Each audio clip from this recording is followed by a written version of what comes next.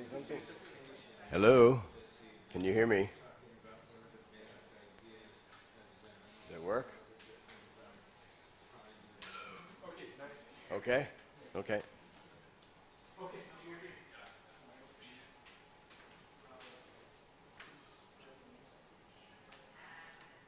Okay, good evening, everybody. Welcome to another evening Monday meditation at the Little Bank of Sangha.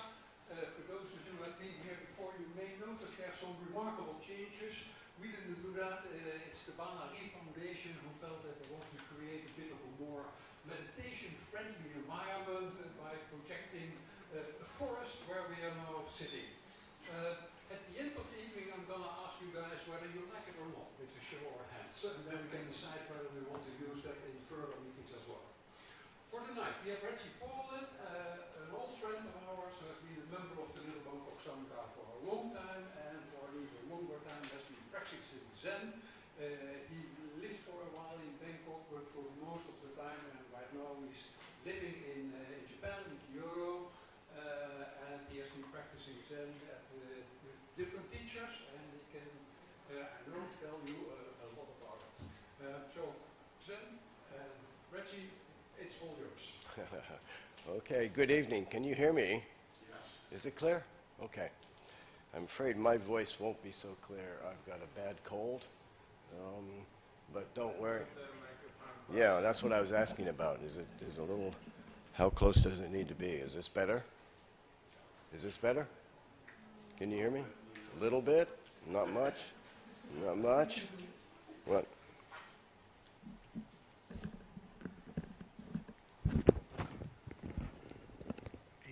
Okay. How is that? Is that better? Okay. Okay. So I've got a bad cold, so my voice will be a little strange tonight. But don't worry. I got a full checkup this morning. I have no flu, no fever, no, what else? No COVID, no this, no that. I've just got a bad cold. So, it's just a different style of Zen. So tonight, I'm going to be talking about one style of Zen sitting. So within Zen, like I think probably is true in many traditions, there's not just one way of doing meditation, of sitting. This particular style that I'm going to be talking about tonight, I don't think is so well known, or even if it is well known, it's not well understood. So I've had my own experience. I've had other types of, I've studied with other Zen teachers in Japan whose way of teaching is a little bit different than this person that I'm going to be basing the talk on tonight. So this style of sitting, if you're interested in the technical parts, this is from the Soto school of Zen, which is one of the three major schools of Zen in Japan. And it's based on the writings of the founder of the Soto school of Zen, whose name was Dogen Zenji. So I've got a handout here, and what I'd like to do with this is go through this. I'll read each paragraph. I'll talk about it a little bit. If there's any questions or any comments that you have about it, then we can briefly talk about each one and go through it. And then afterwards, we could have some time for some general questions, and then we'll do a little bit of Zen walking, and then a little bit of Zen sitting. So that's the general program. So,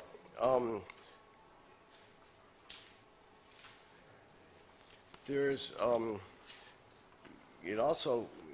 you might notice on this handout here, this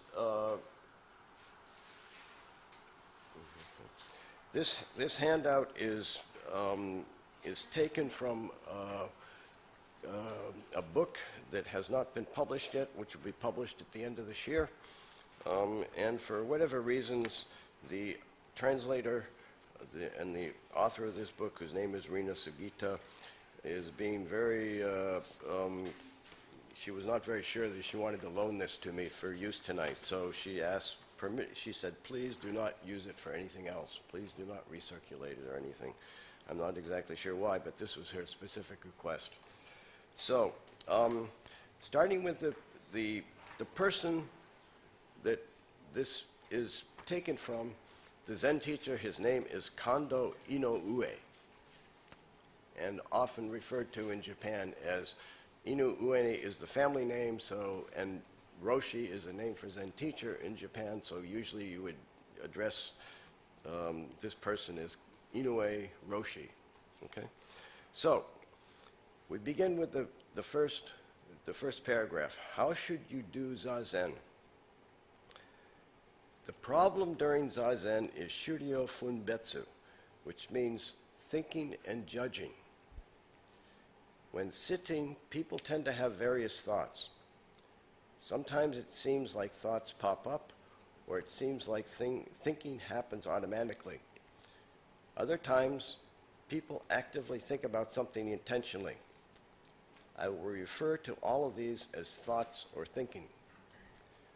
So what he's saying here, right in the beginning, is that the basic starting point of Zen sitting is how do you deal with your thinking? Okay?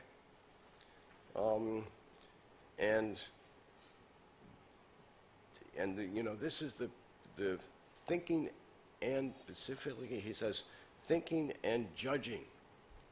So there's this idea that thoughts inherently have a judging part. Okay? When you think, you judge. When you think, you discriminate. When you think, you analyze. When you think, you have things attached to it. This is good, this is not good.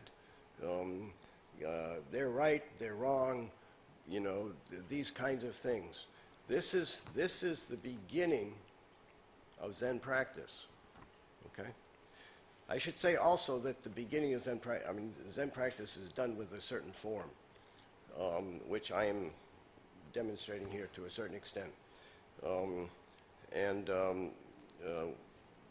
But within the position of the body, then this is we're talking here, we're not so much talking about the body part, we're talking here about the mental part. Okay? Any questions? Okay. Number 2, paragraph number 2. During Zazen, leave thoughts alone. This is the basic way in how you deal with your thinking. Right? Zen is about dealing with your thinking, and the basic way to deal with your thinking is leave them alone. Don't intentionally engage with thoughts in any way. For example, don't evaluate the thoughts that come up. Don't do things like judge whether the thought is right or wrong, good or bad. So leave it alone just means it arises, it goes away, and you don't do anything with it. This is you are trying to let go of your discriminative, analyzing, function. When we're sitting, we're not how do we say, there's a phrase from a Taoist text which means you can't get behind thinking by thinking. But that doesn't mean not thinking. It's something else, and that's what we're talking about. This does not mean that you're not thinking, because thoughts come up, thoughts go away. If you have a thought, that's not a problem. In other words, thinking is a natural function along with other functions that we have in our body and our mind. Our sense organs, it's often, they say in Zen we have 6 senses.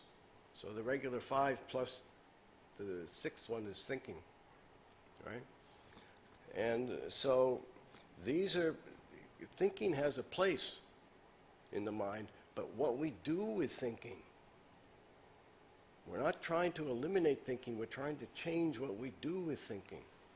how we handle thinking, how we handle these kinds of things. Okay? So the way he describes it is just let the thought be as it is. Leave it alone. Okay? Okay, number 3. Let me try to be more specific. When you are thinking and various thoughts arise, quite a few of them may be of great interest or concern to you. Normally then, people then start doing all kinds of things in their heads in an attempt to address those interests or concerns. But in Zazen, don't do that at all. No matter what thoughts come up, even when you remember or think about something that catches your attention, don't actively pursue it. Don't actively pursue them further. Don't spend time dealing with your thoughts. Just leave them alone. Also, don't try to prevent thoughts from arising, or don't try to change thoughts. So these are mistakes that people make, right? Trying to prevent thoughts from coming up, trying to change your thoughts, this is a mistake, right?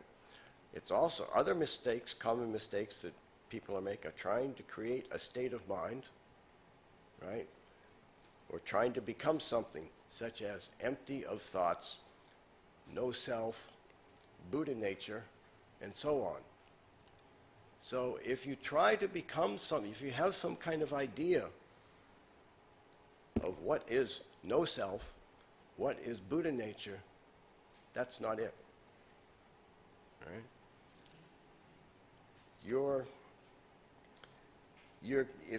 If you pursue an idea of something, then you're not getting the real thing. In other cases, some try to focus on something, such as breathing or sensation. See, this is the part that is kind of unique, I think. Most meditation practices start with some kind of a focus, as in your breath, or maybe it's different parts of your body, right? Or sensations or something like that. But he says, don't try to focus on anything, as in your breathing or your sensations. Don't do that at all. Don't do anything intentionally. In other words, this is the so-called method of Zazen. Don't do anything intentionally. This means that we're trying to let go of this function of our mind, where we're controlling things, we're managing things, we're changing things or trying to work with things or these kinds of things. We're trying to get to our self that is prior to all of our manipulations and so on that we do. Okay? This is not something, so trying to get, this becomes something that when you actually try to do it, it's a little bit, how do I say, it feels hard. There's not something to grab onto. Really, really simply. You can't just focus on your breath or something like that. It's not something that is so easy to just latch onto like that. You've got to get the feel for how to do this in terms of how to sit. So basically, you're letting go of all of your thoughts and just being. And then your true self can arise in this kind of a condition. But as long as you're doing things according to your thoughts, and you're just doing things according to your ego. You're just doing things according to the self that you have. And this is, the purpose of Buddhism basically is no self. But if you're running things by the self, then you'll never get to no self. Because you're just running around within the self in different kinds of ways. Okay? The next one I want to talk about is this. It's on the the last page here. It's an additional paragraph that I translated. That wasn't part of the handout that I got from Rena, but I like it very much. While sitting, if you let your mind wander, you end up endlessly toying with the thoughts that come up while sitting, and that time will pass. It's just having been lost in thought, not actually sitting. So he's talking here about daydreaming. So it's very common for people when they sit, right? Whatever kind of meditation is it, your thoughts come up and you get lost in your thoughts, right? This is one of the, I think one of the most common things that people say in the beginning when they talk about, saying, they say I'm having difficulties with meditation or sitting or whatever it is. The first thing that comes up is they say, I think too much, right? People come to me and they say, I've heard this many times from people, they say, I can't meditate because I think too much, right? So this is a common kind of thing that happens with people when you sit, usually whether you have a specific focus of your meditation like breath or something like this, or in this particular case, you don't have a specific focus, but you are actively trying to be clear in your mind, right? It's very easy, the thoughts keep coming up, and it's very easy for you to get lost in the thoughts and start daydreaming, Part of it, I think, is because meditation, especially in the beginning, doesn't have the kind of great pull or interest that other things have. You watch a movie, you get interested in it, it draws you into it very easily, right? If you like it, But Zen, it's not big stimulus. It's not like wow or whatever. It's much softer. And it's very easy to go off into things, and then you get done, and you end up at the meditation period, however long you sit, and all you've done is just daydream or most of the time, that's what you've done. That's just having been lost in thought, not actually sitting. From the outside, it looks like a form of zazen, so it appears that one is sitting, but the reality is just continuous thinking. The person themselves doesn't realize this, so they think this is zazen and say they have been practicing zazen. Certainly, they must have been sitting in a certain posture, but what they are doing is not all different from their usual routine. They are just going through the same thoughts in their heads all day long, thinking this way and that. In that case, there is no point in practicing zazen. The true essence of Zen is not well understood in this regard. So if you're just sitting there and you're getting lost in your thoughts, then this isn't what he's talking about. This is not Zazen. The purpose here is to be clear about your thinking, not to get lost in it. It's very easy. There's this thing called this is not really a Zen term. It comes out of the Vipassana tradition, but I've heard it in the U.S. many times. It's called a Vipassana romance, right? Maybe some of you have heard of it, right? Where somebody falls in love with somebody else during a retreat. Of course, during a retreat, you're not talking, right?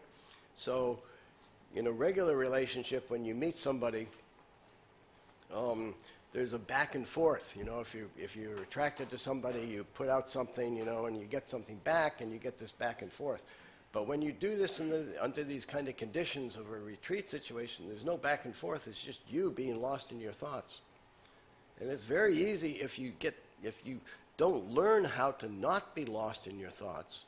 If you don't learn, then by just going around and around, you get more and more stuck in it. And by the end of the retreat, you think you're going to fall in love, or you are in love. And,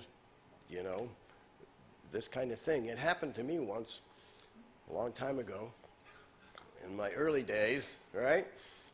And I was convinced that I was going to marry this woman, and we were going to have kids and live happily ever after. And it was a 7-day retreat, and she left after the 6th day, and I was heartbroken.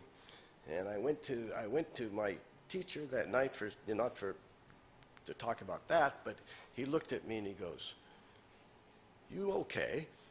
You know, you heartbroken?" I go, "Huh? You know, was it that obvious?" So anyway, after the retreat was over, I called her up.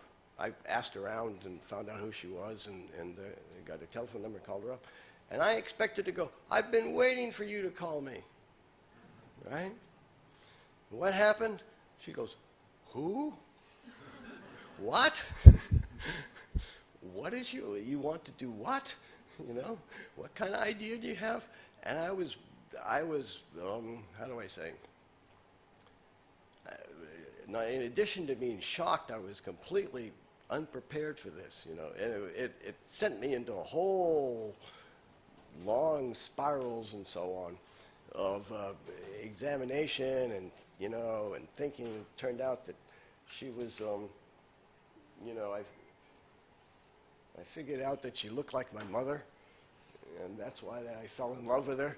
And, you know, I mean, all this kind of self-analysis and stuff, you know. And so anyway, 10 years later, this happened in outside of Princeton, New Jersey, in the U.S.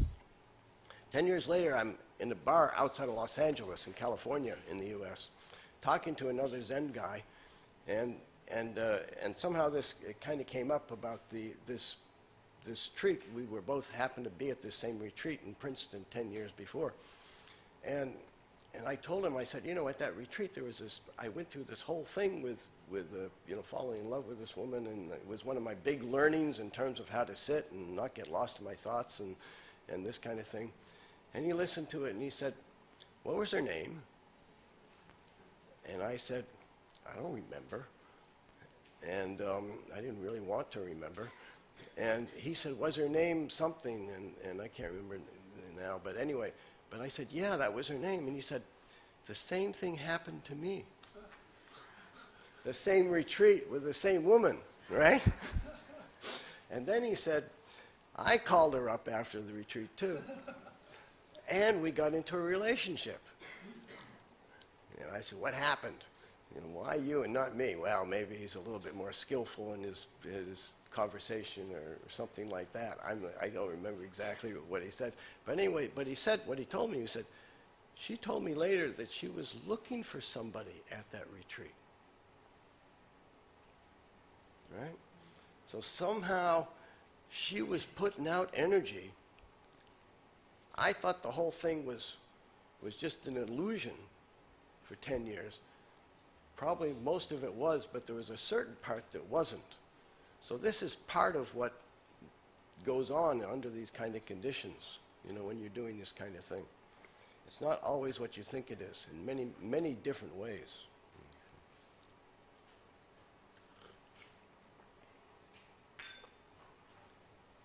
Okay. So, be careful when you're sitting.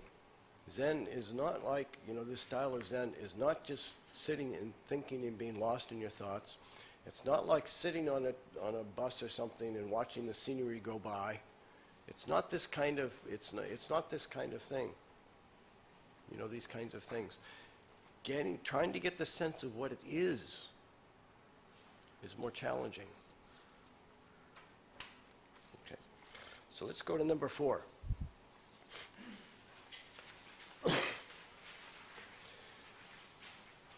Here, Kondo Roshi talks more about what is Zen sitting, right?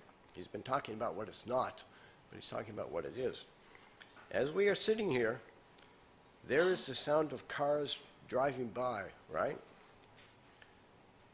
When there is the sound of cars, you hear vroom vroom, even when you are not trying to hear.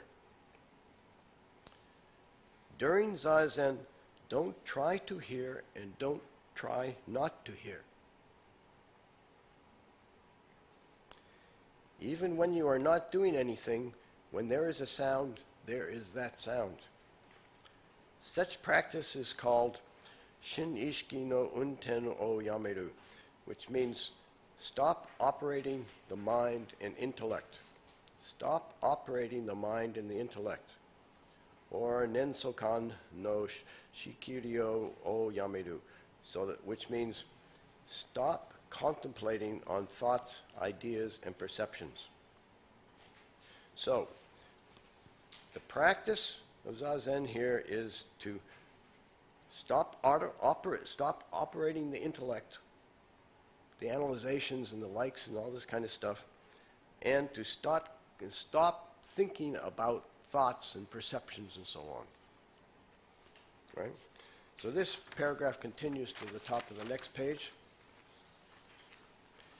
In a nutshell, it means to not engage with or address thoughts that come up.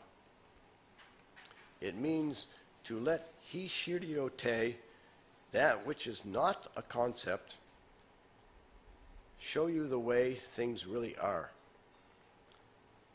Okay, so if you stop thinking about things so that you're not operating the mind and the intellect, and you're not contemplating thoughts and so on, then what are you doing? You're getting to have this mental experience of that which is not a concept. And let that which is not a concept show you the way. That's the clarity. The clarity that he's pointing to. To put it differently, don't use any of the various intellectual abilities that you have acquired after birth.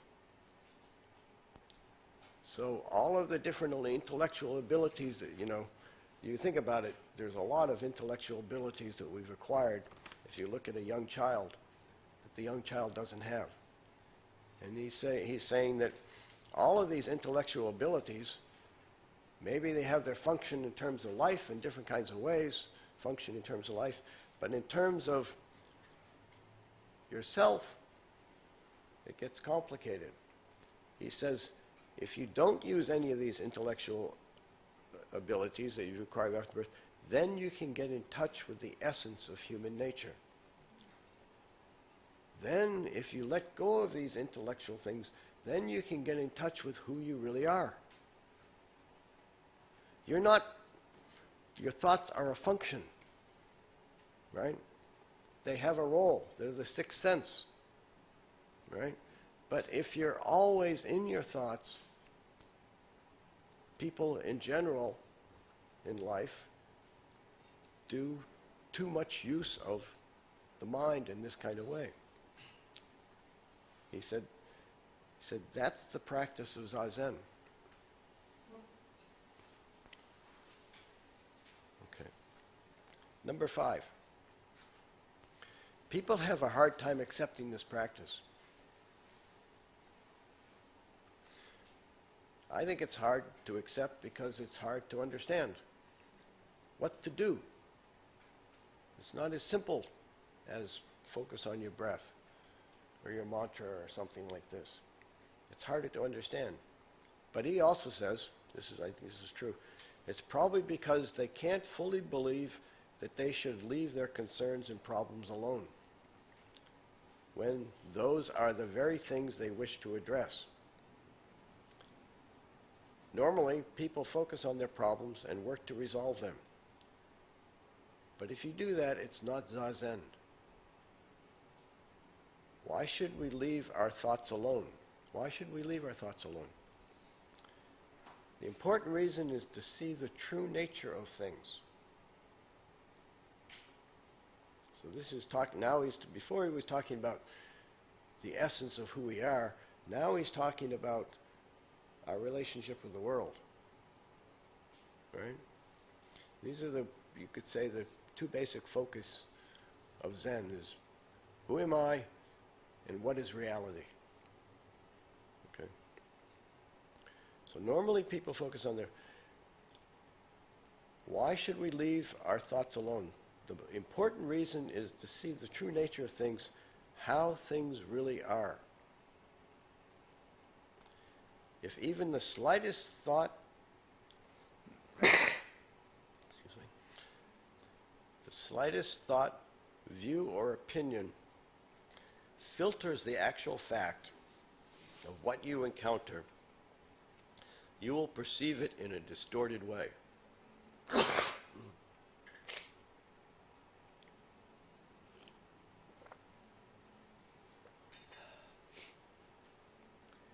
So this is what usually happens with people. The slightest thought, view, or opinion, and you see reality through the lens of that thought, view, or opinion. That is why we don't use thinking in Zazen. Right? As you spend time without engaging in thoughts, fact, truth will at some point reveal itself as itself. So this is what I'm saying. If you let go of your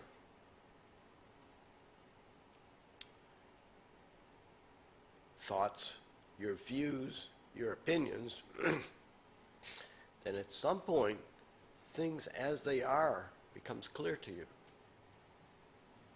You start having a different perception.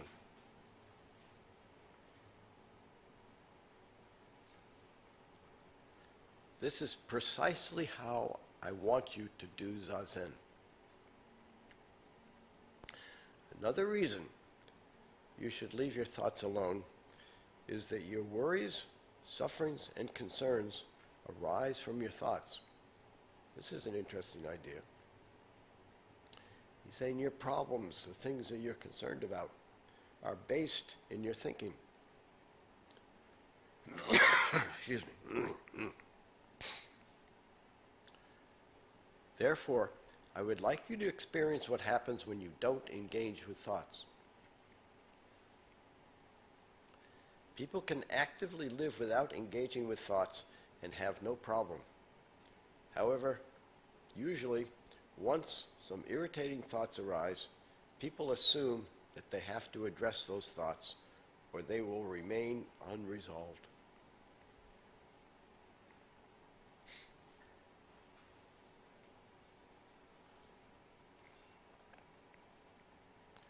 So in the next paragraph, he kind of explains why is that true. Here he says, people assume they have to address those thoughts or they will remain unresolved. How is it that they will resolve themselves if you don't address them? So this is the basic idea of what thoughts are in Zen. Where do they come from? Where do they go to?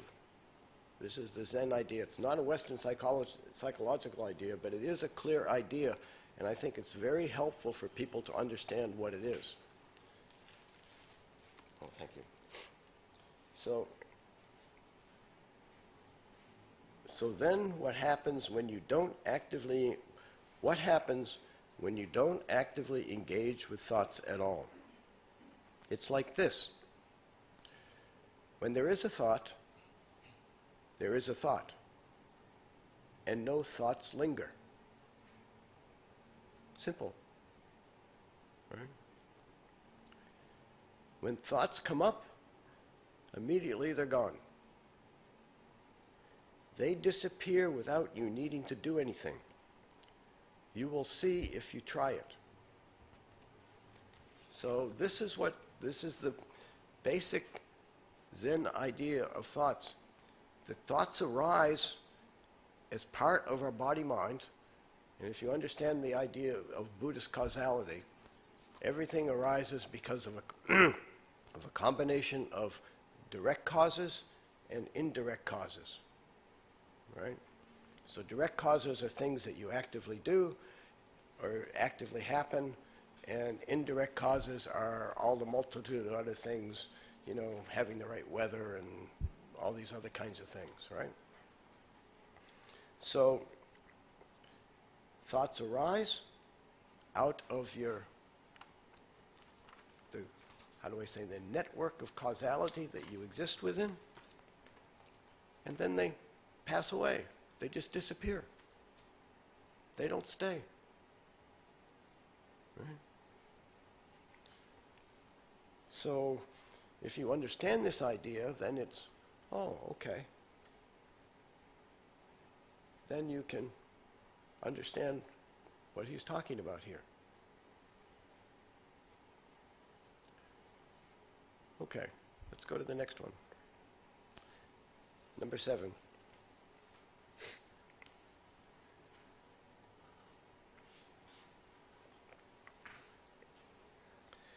Please make sure not to fall asleep, especially beginners.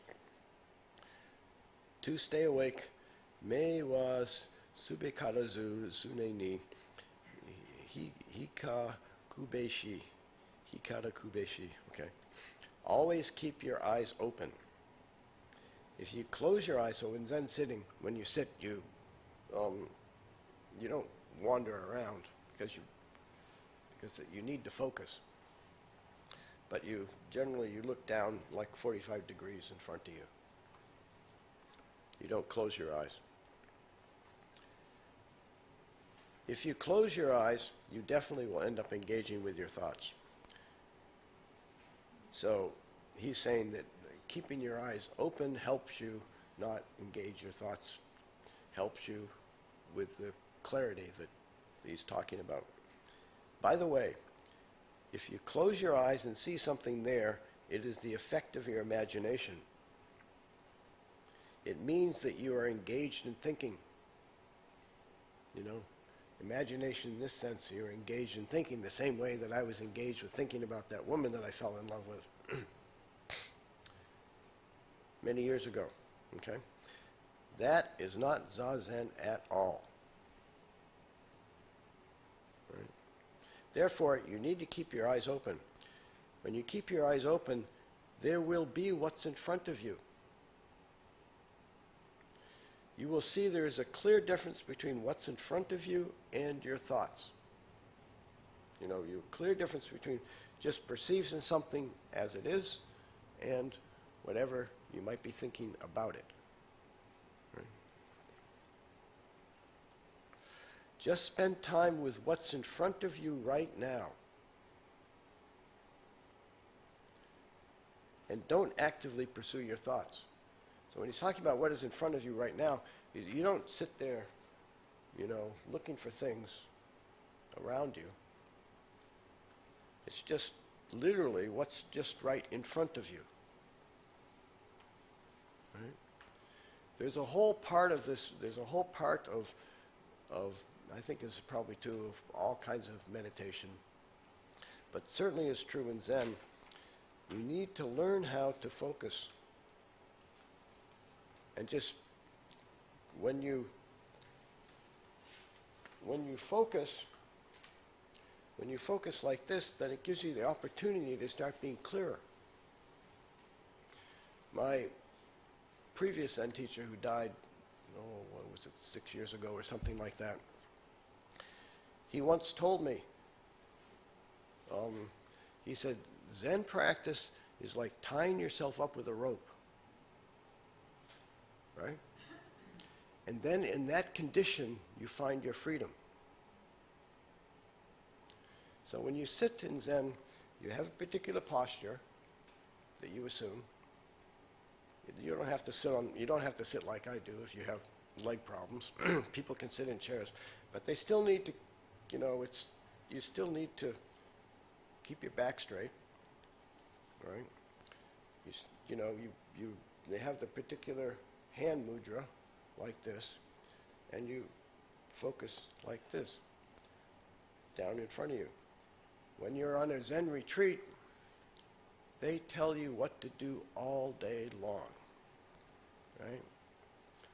And to the extent to which you begin to feel, at least I did at certain points, the only time where I felt like I could really do what I feel like doing, you understand?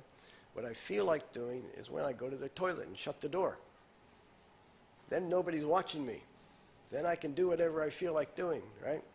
But outside of that, whenever I'm in the social group, the group of people, doing the practice, You walk like this, you sit like this, you eat like this. There's a whole complicated ritual for eating and so on. And of course, in the beginning, trying to learn how to exist within all of these rules, basically, all day long, right? It's very difficult. It's very distracting. But once you learn the rules and you become familiar with the system, then things change. And then what happens is you find that, oh, I don't have to think about this. I don't have to think about that. I don't have to worry about all these kinds of things that it's all these little decisions that we're making with our life every day. Do I go left? Do I go right? It's already been decided for me. I'm going to go straight ahead. All these little decisions that you make all day long, they take a certain kind of mental tension, attention, focus, energy, or whatever. And you take all this stuff away. You take all this stuff away, and what are you doing? You just end up sitting, and you have much less to do, in the world. All there is just you, just sitting, and just being, and just seeing what's right in front of you. That's it. And when you do that, when you start to be able to get the sense of it, the experience of it, then you start being able to get to what's behind the surface stuff, the thoughts and so on, to get into a deeper sense of yourself. So it's not necessarily fun, but it's helpful for finding your freedom. Okay.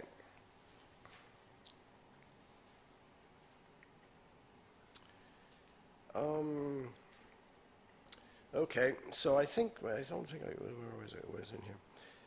Just in front of you, you will see that don't just spend time with what's in front of you and don't actively pursue your thoughts. Also, your body has various functions, such those as the eyes, ears, nose, and so on. Let them do your thing. Let them do their thing. You're not stopping anything. You're not trying to control anything. You're not trying to turn yourself into something, some idea that you have, or something like that. You're just trying to be your natural self, right? Let them do their thing. When you are sitting, even if you aren't trying to do anything, they will function as they come into contact with various things. So as you're sitting, you might hear the sounds, you hear the lights, This is why I'm kind of intrigued by this new environment we have this on the walls here and so on, because you kind of, when you're sitting like this, you can kind of use it in this kind of way that he's talking about. It's just, there's just the light, there's this, there's that. You're just letting the different, you see it, you feel it, you hear it, these different things, you just let these kinds of functions happen. Please spend time like that, just sitting without intentionally doing anything. So, you're there for a particular purpose, but it's very difficult. It's sort of like saying to somebody, relax, right? And the more the person relaxes, or tries to relax, the tighter they get, So this is this kind of thing. When I first started sitting with this man, I went in to talk with him, and I'd had, maybe some of you have heard about koan practice before. Koan is a Zen kind of question that in one part in the Rinzai school, Zen, they give to students, and this teacher gives the student a koan, gives a question that the student has to give an answer to the teacher. And I'd been in that school of Rinzai, and I'd had my experiences with it, and so on and so forth. So he's, I've been told that this teacher never gives koans.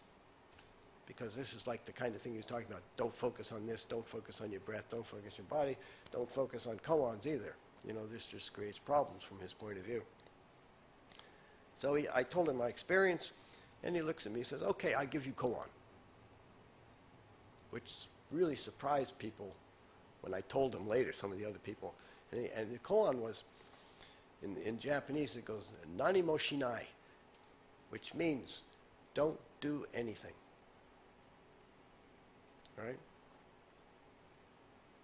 So when you sit, don't do anything.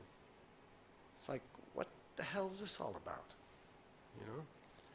Most of the things that I do have some kind of sense of purpose, intention connected to it. You know? Very few things in life that I do are not, don't have some kind of intention. You know? Even if the intention is to relax.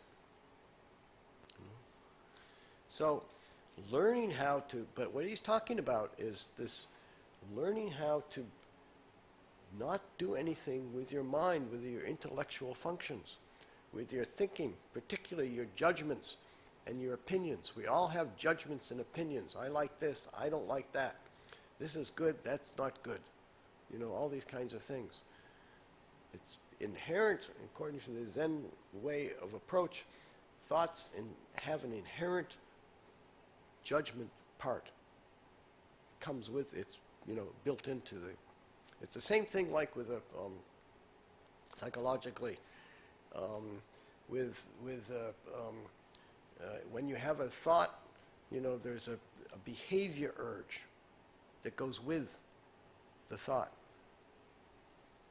For instance, if you feel angry, the behavior urge is to go towards the person and tell them off. Right? If you're scared of something, the behavior urge is to run away from it. So this is the same sort of thing, that thoughts have an inherent judgment part.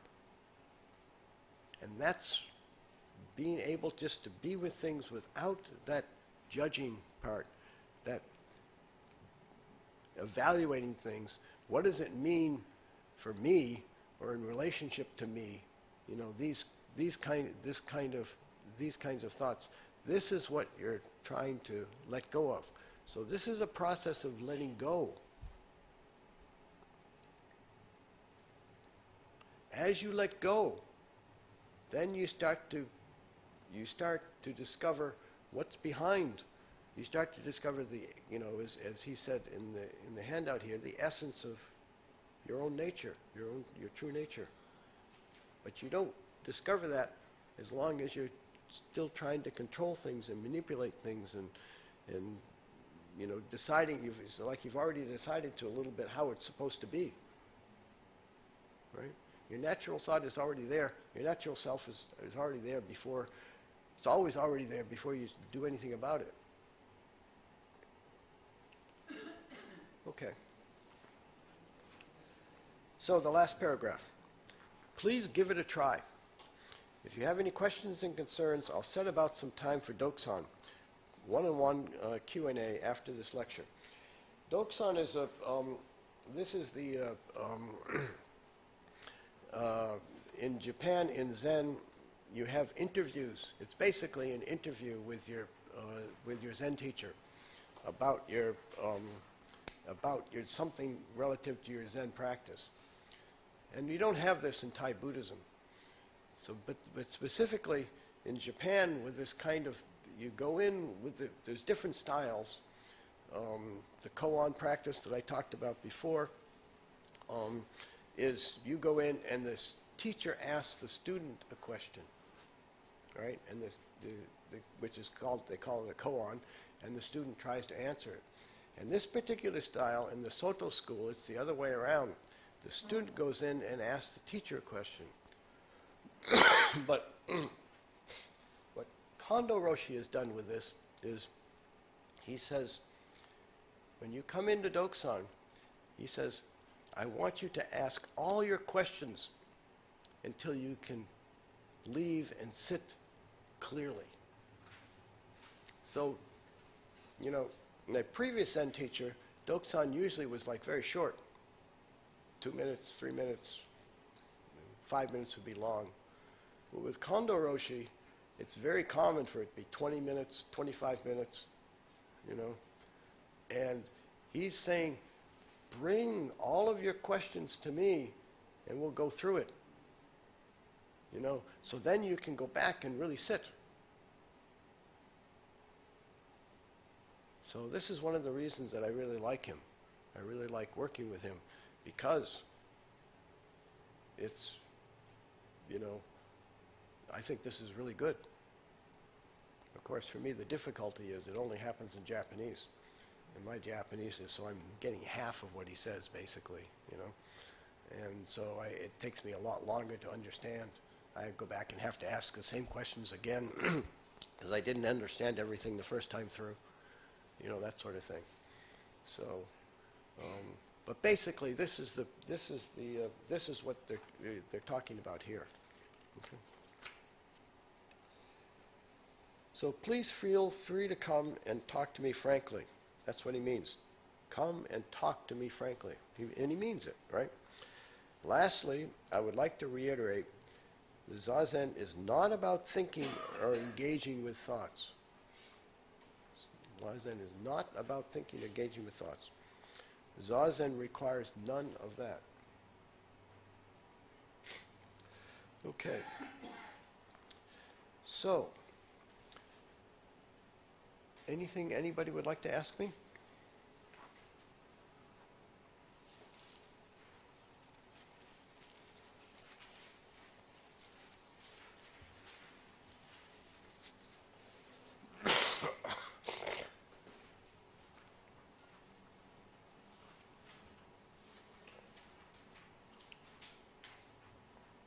What does Zazen feel when you do it correctly? Like, what's the experience like? What's the experience like? It's When you're doing it correctly, Zazen, right? How do you feel? clear, peaceful, natural. Do you feel happy? Yeah, I wouldn't call it content. I wouldn't say happiness. So happiness to me is a little bit too giddy or something, you know. It's peaceful and content, you know. I've had one teacher who said to me that you can judge a teacher by whether you feel peaceful with them when you're with them. That's one of the qualities that a teacher should have for you, is that you feel peaceful when you're with them. Okay?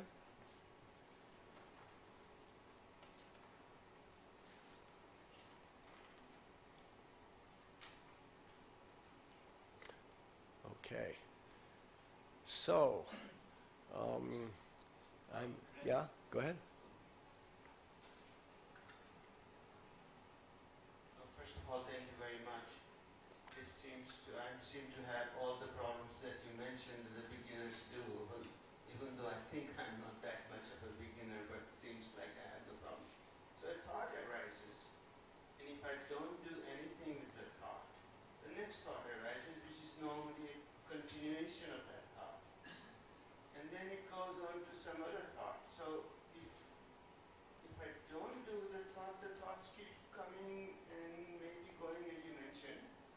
But many times just I stick with that. I can't seem to do that to then actively say, I don't want to talk about, don't want to think about this problem, about my tomorrow's interview, for example, or something like that. Because this is so intense, or maybe sometimes it is intense. Sometimes it goes away. So maybe you can elaborate on that. Maybe it's all clear there, but not to me. Thank you. No, this is a good question.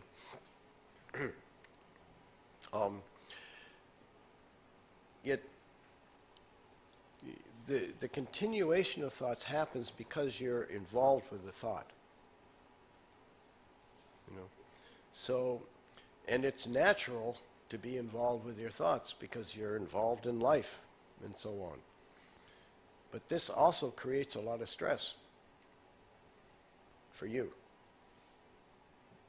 If you can learn how to let go of your thoughts, basically, You know, then you have a time for your thoughts, you have a time to engage them in life, and then you have a time to be free of your thoughts.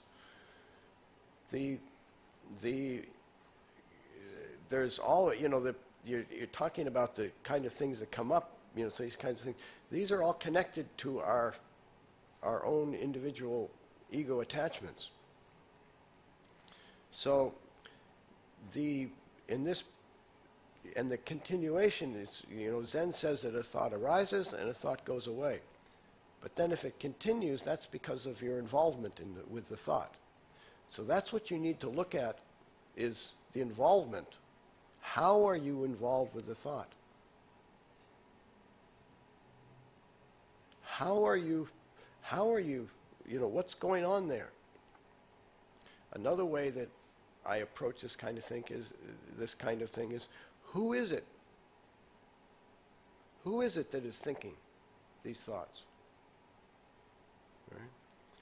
And if you can get to who it is, the sense of, I mean, this is in terms of your true nature, you get to who you are, then your relationship with your thoughts starts to change.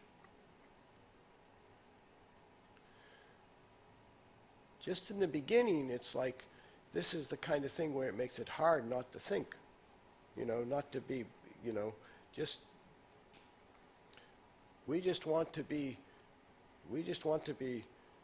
present. We just want to be. We don't want to have this kind of stuff going on that you're talking about. But it's not so easy to do. So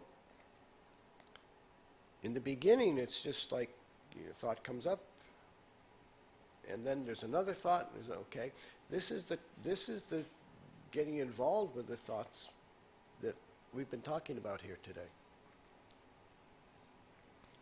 So when you realize that you're getting involved with your thoughts, then that's the time just to bring yourself back to the present, just to be aware, just to be clear, basically to let it go. The present is also another way that I work with this kind of thing. Sometimes I ask myself, why am I here? I'm not here to solve my problems. So these kinds of things, you know, it's natural for these sort of things to come up. But how do I say? If you can learn how to do this, then you've made then Zen becomes really personal in a sense, if you understand what I mean by personal. It becomes really useful. Even though it's not trying to be useful, it becomes, because you're able to change your way of working with yourself.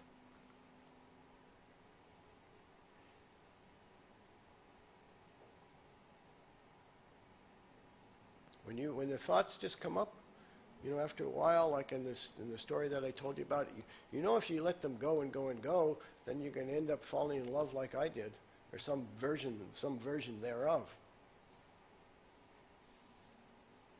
At some point, you need to step off the train,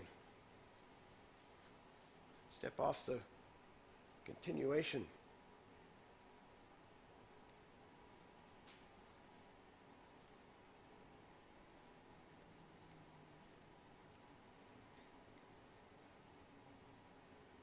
Is it helpful? Yes. So thank you very much. So it sounds similar to whatever form of meditation I've come from, different people. They're basically I think the same thing. If the thoughts come, just watch the thoughts, let them come and go. Is there a slight, very subtle difference between what you're saying versus what I've heard? And that has always helped me somewhat, but sometimes I get engaged in the thought. As you said, I get engaged with them. And then I have to make an effort, at least in those cases, to let that chain of thoughts go. No, I think that there is a similarity. You know what you're saying. That makes sense to me.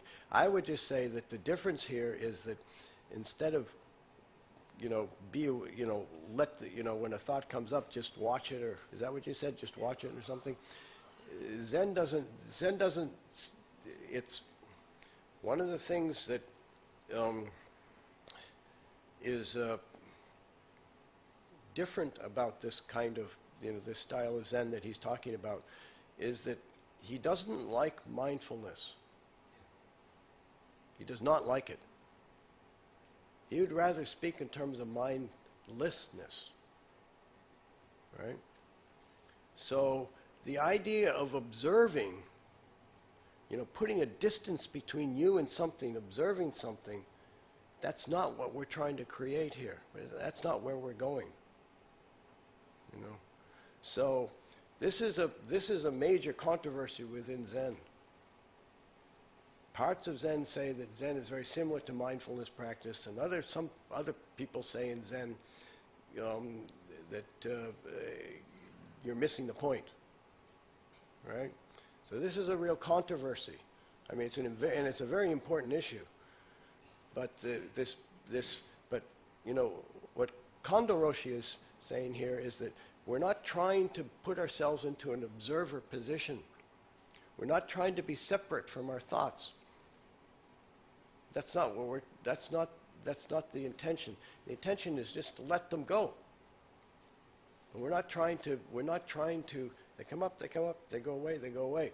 We're not trying to make them go away or make ourselves distant from our thoughts, because our thoughts are a part of us.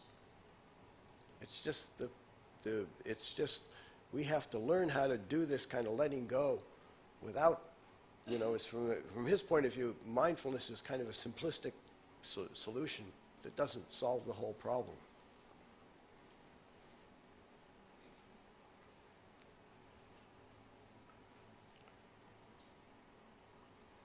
Yeah, Reggie, I know that you're trying to pass on the teachings of your teacher, Inoue Roshi, but I think it's dangerous to say Zen teaches this, because there's many different Zen teachers who teach meditation in different ways, and I've heard Zen meditation teachers, Roshis from different traditions say, don't just try to stop thinking or let go of your thoughts. Pay attention to your thoughts, follow your thoughts, watch your thoughts, because this is how you get to know yourself and understand yourself better.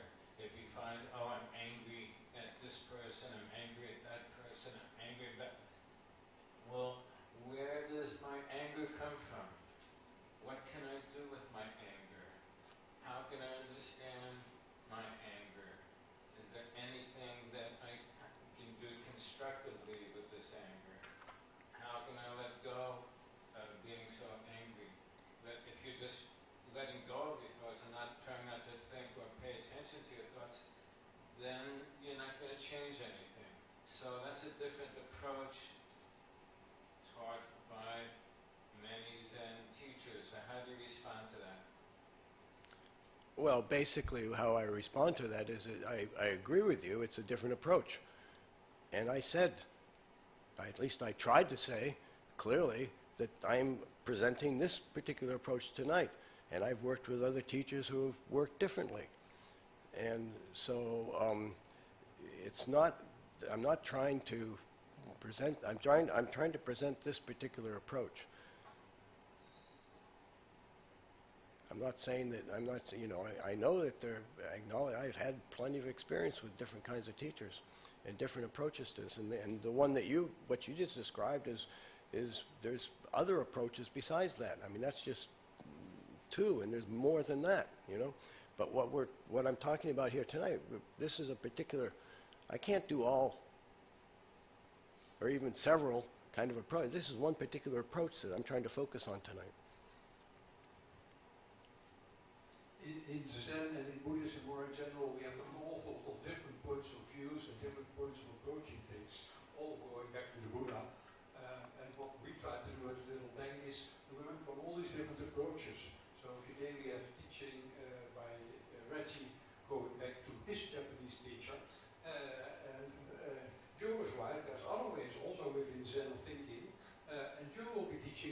time. So if you will be interested in yet another part of Zen Buddhism, in 2 weeks' time you'll have that opportunity. Well, next week we'll have a very Theravada-oriented one. So there's all these different ways of approaching it. I remember one of my earlier teachers, who was a Zen teacher, said, well, you know, if you're sitting next to a busy road and you're meditating there, the function of the road is cars can go over the road. So you sit there, a car is coming, it's passing you, and it's going away again. Another car is coming, passing you, and going away again. Are you inclined to run after that car? No, of course not, you're not. And your brain is the same thing, it's like a road. The function of the road is to produce thoughts. And normally you're busy with those thoughts. We actually, well, certainly for Western people, we identify with our brain. I think, thus I am. And what you're doing here, that's more along the line what you were saying, is, well, there's a thought coming, it's passing you, and it's going away. It's coming, it's going away. And what you said, Reggie, well, the thoughts are a part of us, yes, they're part of the normal function of the brain, but are we our thoughts?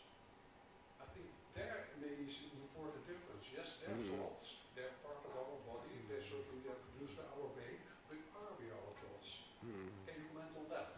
No, I think that's very true. You know, but it's not that it's not that we're not our thoughts, right? Because we're not trying to put you know, distance. We're not trying to separate ourselves, but our thoughts are a part of us, right? And who I am in truth, at my essence, is not my thoughts. That's kind of what I would say.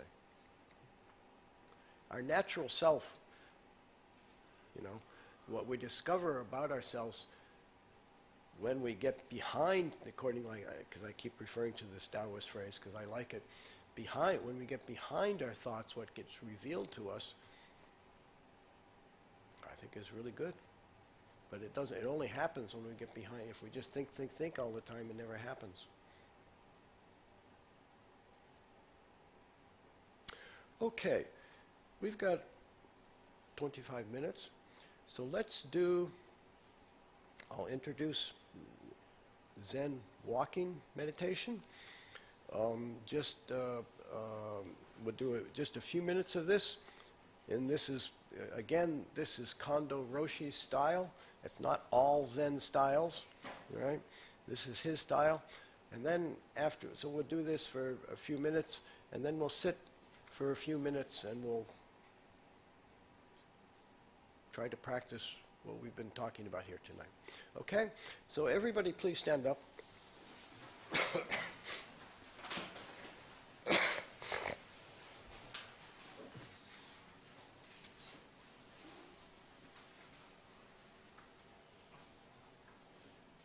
Okay. You have to push the button. Oh, here? Yeah, okay. Okay. Can you hear me? Okay, good. Okay, so you're going to need to have, this is very slow walking,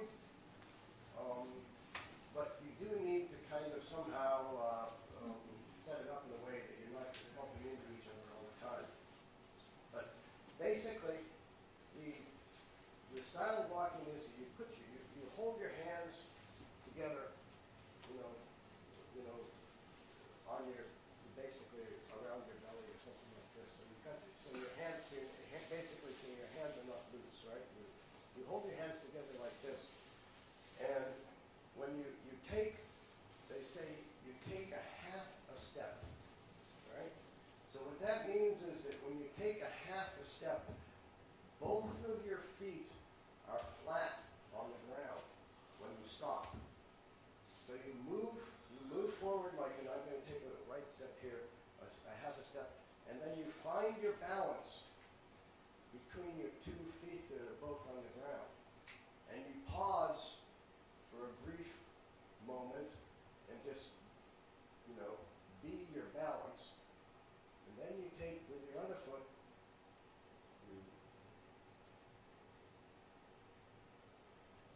and you can coordinate this with your breath too if you wish.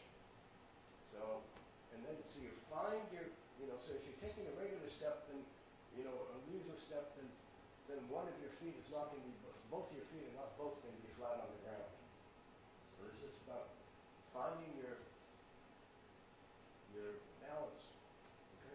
So then you take another step, like an in-breath, and then exhale, put your foot down, and then pause, and then inhale, put your foot down, find your balance, pause.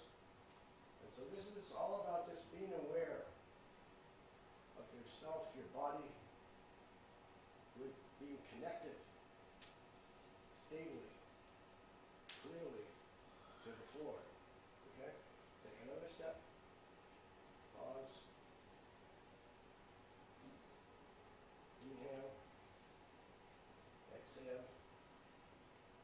Pause. Find your balance. And basically, you're looking down in the same of meditation side. You're looking down at the general area in front of you. Okay? So let's just do this for a few minutes.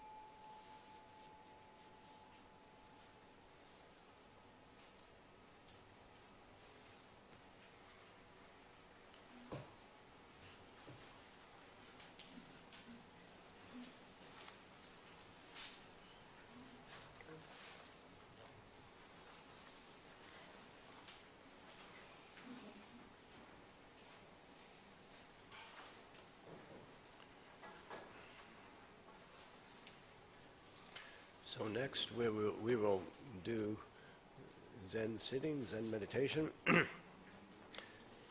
for the next few minutes.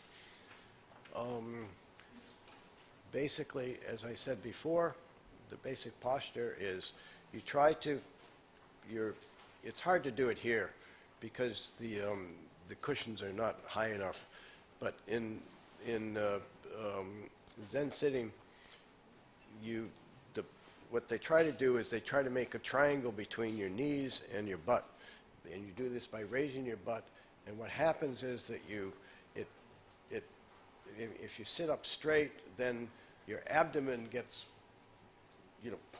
pushed out in front a little bit, and it's like helpful in terms of dropping out of your head and down into your body, and down into they say the hara in Japan, which is this area here, is the center of the body. So by dropping your out of your head, out of your thoughts, down, it's helpful. So of course we can't really do it this way because of we don't have the equipment or whatever things needed to do this, and probably people aren't. Also, it takes a while to get used to learning how to do this. So apart from that, the hands are put in this mudra, which is basically you put the right hand below, the left hand on top, and you put your thumbs together so that they're just touching. You can just, if you move your thumbs a little bit, you can it's like you can feel the sensitivity between your two thumbs. It's gentle, okay? And you just hold it, in your lap. Try to keep your back straight. Pull your shoulders back, right? That's what they always do to me. They always pull my shoulders back. They keep telling me I got bad posture. And look down, as I said before, 45 degrees in front of you. In a real, where are we here?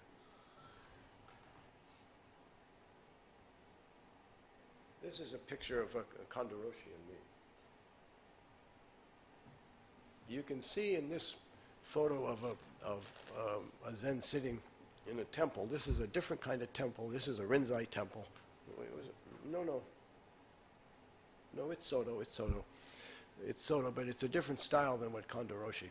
But basically, you can see how everybody is lined up, and you're facing a wall. And the idea is that the wall is yourself. When you're sitting, you're facing yourself.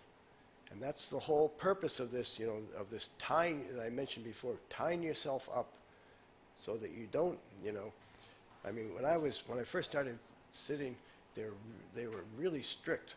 And if you moved at all, no moving, they'd yell at you, And so I learned very quickly not to move when I sit, right? So it's it's this idea of tying yourself up so then you can it gives you the opportunity to just focus on yourself, to just be, okay? So we'll sit according to the style, that I've just been describing here. Just don't do anything. Let your mind alone. Thoughts come up, thoughts go away, whatever. Don't do anything. Just be. Just be present. Just be yourself, your natural self. Okay?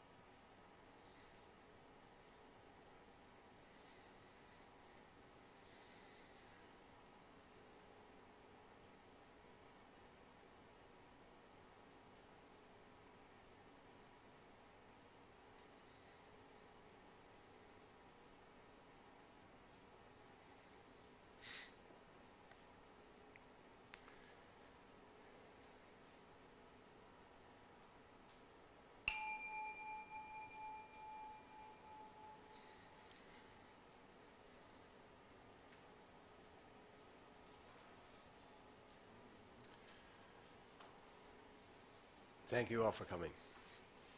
Thank you, Reggie.